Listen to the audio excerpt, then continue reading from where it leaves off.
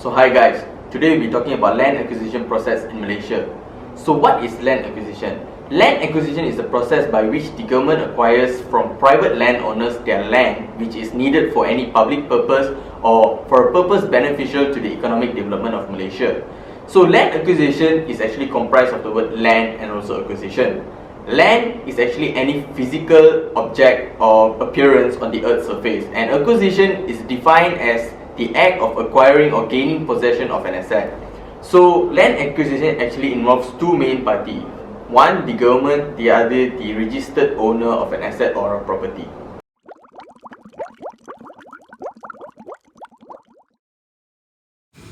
Land acquisition is being governed under two acts.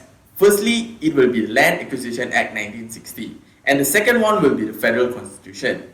According to the Federal Constitution, Article 13, Part 1, it says that no one should be deprived of property save in accordance with the law, while Article 13, Part 2 states that no law should provide for the compulsory use or acquisition of property without adequate compensation.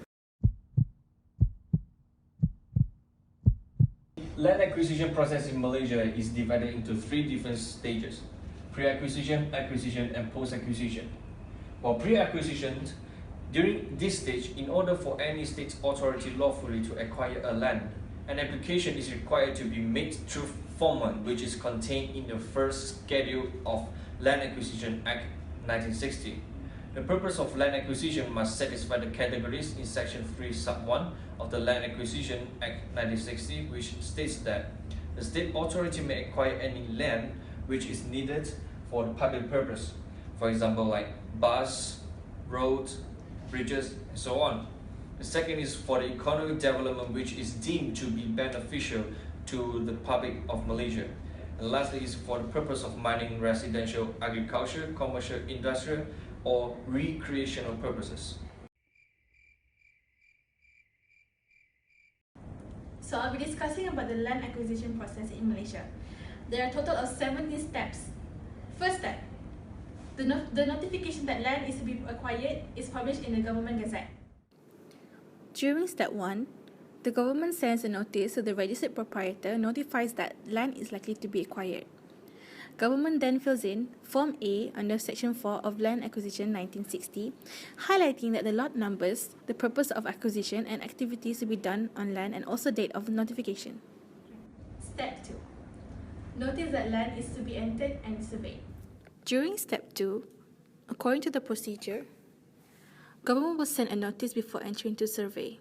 The Government will send Form B to the registered proprietor as notified to enter and survey.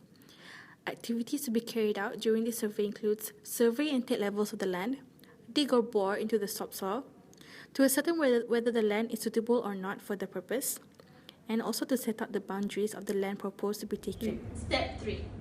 Preparation of plan and list of lands to be acquired. During Step 3, the Government prepares plan and a list of the lands to be acquired.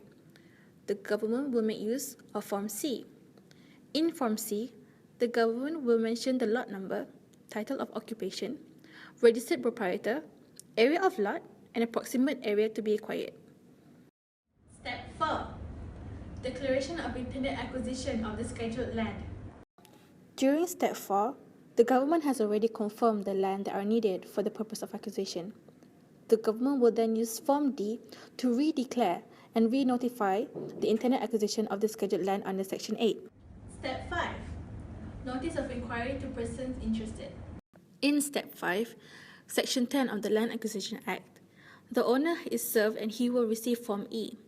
Form E explains the government intends to acquire his land, and the owner has to attend for inquiry at the land office. The landowner should hire a lawyer which is experienced in land acquisition. This is to make sure he will get an appropriate advice on how to claim to best compensation. Step 6. Notice to persons interested to require evidence in writing. In Step 6, Section 11 of Land Acquisition Act, Form F explains that the landowner has given time to give his land details, such as land valuation, land improvements, and partner that is connected to the acquired land and others. Step 7. Enquiry before the land administrator. In Step 7, Section 12 of Land Acquisition Act, it states that the inquiry of land administrator. Under subsection 1, the land administrator will make full inquiry of the acquired land and calculate the amount of compensation based on his opinion according to the first schedule. Under subsection 2, the land administrator shall also inquire on the people that is related to acquire land and the ones that is entitled to receive compensation. Under subsection 3, the land administrator also has the power to postpone any inquiry or adjourn any hearing from time to time based on his strong reasons. Step 8. Written award of compensation by the land administrator. In step 8, upon the conclusion under section 12 said, any scheduled land, the land administrator must use the form G for written award in respect that separate area of scheduled land are given their award separately to each person who's interested in the land has been established in such inquiry.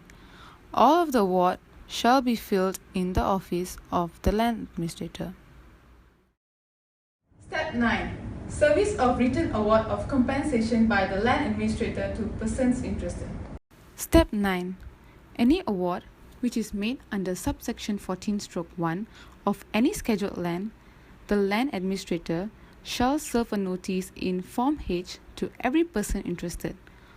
All of the notice in Form H shall include an abstract from the written award of the land administrator in Form G about the person interested who is addressed to the scheduled land. Step 10. Notice to take possession in urgent cases before payment of compensation awarded by issuing certificate of urgency. Step 10. Any land which is described in any notice in Form E that is given in Section 10, it is the opinion of the state authority to require it for public purpose or public utility in the case of an acquisition under paragraph 3-1-B, either on or after the expiration of 15 days from the date given. The State Director will issue a certificate of urgency to instruct the land administrator to take the ownership of the land by according to Section 20. Step 11. Notice to occupants or owners to vacate building erected on acquired land. Step 11.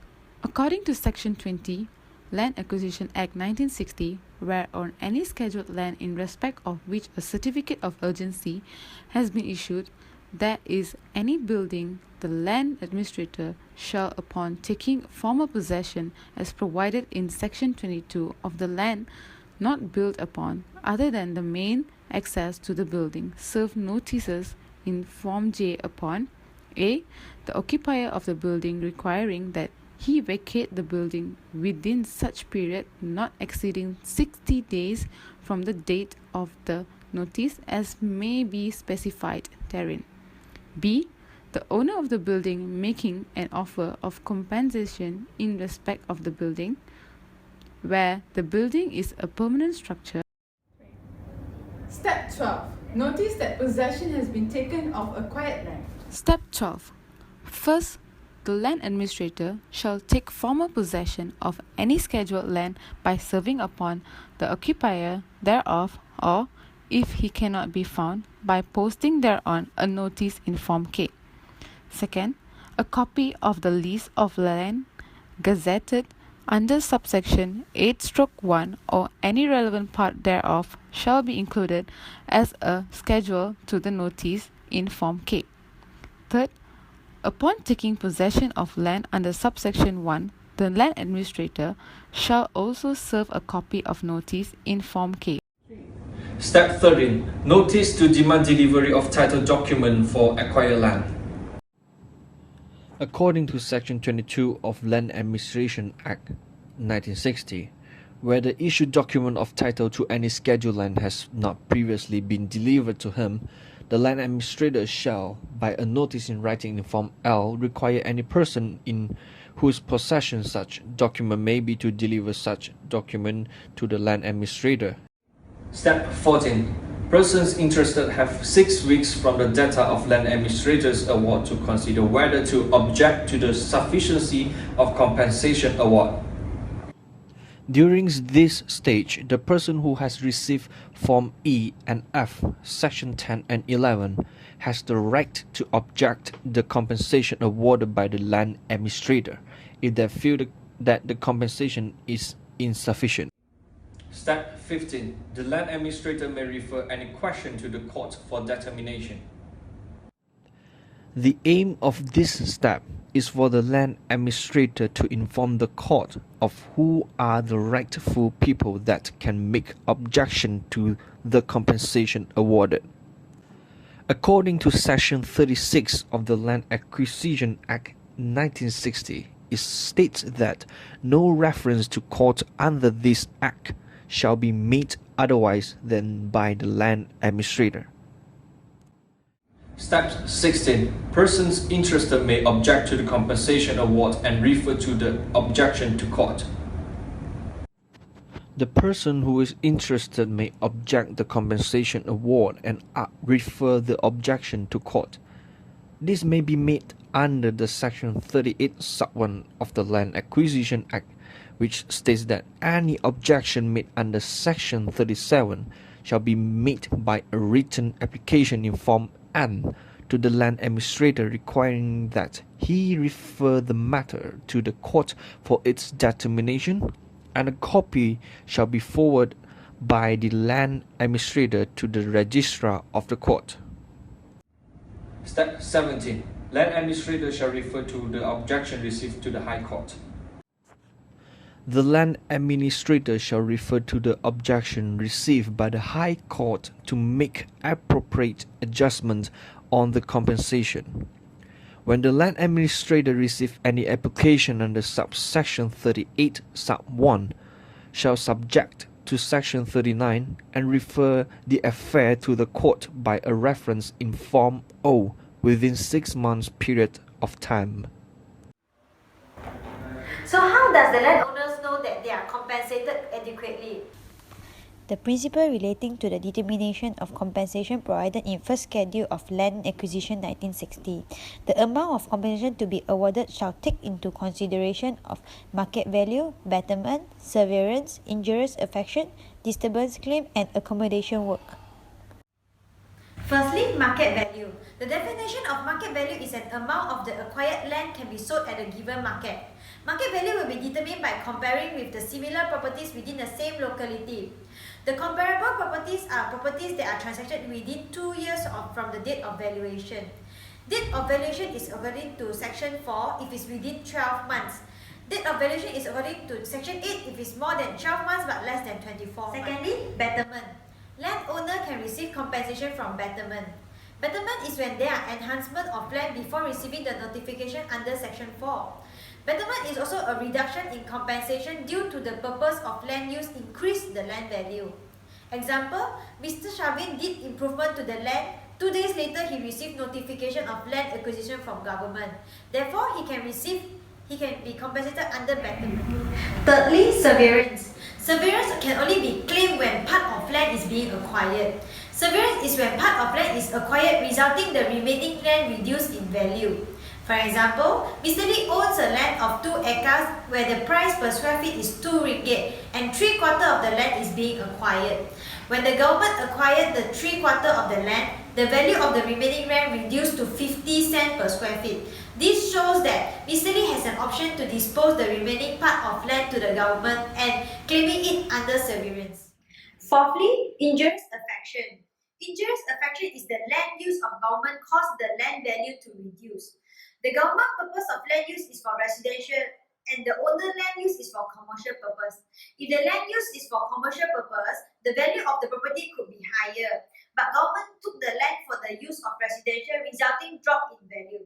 Therefore, this can be compensated. The fifth compensation, which is disturbance claim. Disturbance claim is when loss of earnings, loss of goodwill. There are 2 bases of calculation for disturbance. Total extinguishment of business and alternative premises.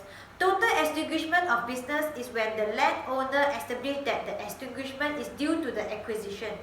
Alternative premises is the cost of removal and damage incurred in the move. Example, owner used to operate a restaurant business in the acquired land, and because of the acquisition from government, landowner couldn't continue making profit from the business. Therefore, this can be a proof that the extinguishment is due to the acquisition. The last compensation, which is accommodation work. Accommodation work is when government purpose of land use is to construct roads and bridge for public use. Okay, yeah. So, an example of accommodation work, this piece of land belongs to owner, which is 5 acre big. Government acquired this land for the purpose of highway. Resulting owner's land is separated to part A and part B. So this result, our owner is unable to access from part A to part B. Therefore, government has the responsibility to build a tunnel below here for owner to access from part A to part B or part B to part A. According to the Land Acquisition Act 1960, there are certain matters to be neglected in determining the compensation. Firstly, the degree of urgency of acquisition. For an example, when the government needs to acquire the land in an urgency case, the landowner will hence be pressurized. But according to the first schedule, section 3 of the Land Acquisition Act 1960, the landowner has the right to neglect this matter. Next, it will be the unwillingness of person to part with land. For an example, if the government wants to acquire a land and the owner is not willing to cooperate with the land acquisition process, it can be neglected. Improvement to land after the date of publication of declaration under section 8. For an example, after the notice of section 8 is being released, the owner will not be able to claim for any compensation if there is any improvement that is being enhanced on the land. So we come to an end of this video. We hope that this educational video has helped you in being aware of the land acquisition process and the rights of the landowner in this process. Do not be flattered if you own a freehold property, because even a freehold property can be acquired by the government. In the future, if the government acquires your land, you are welcome to replay this video to know what are your rights and what can be compensated from the land acquisition. Thank you.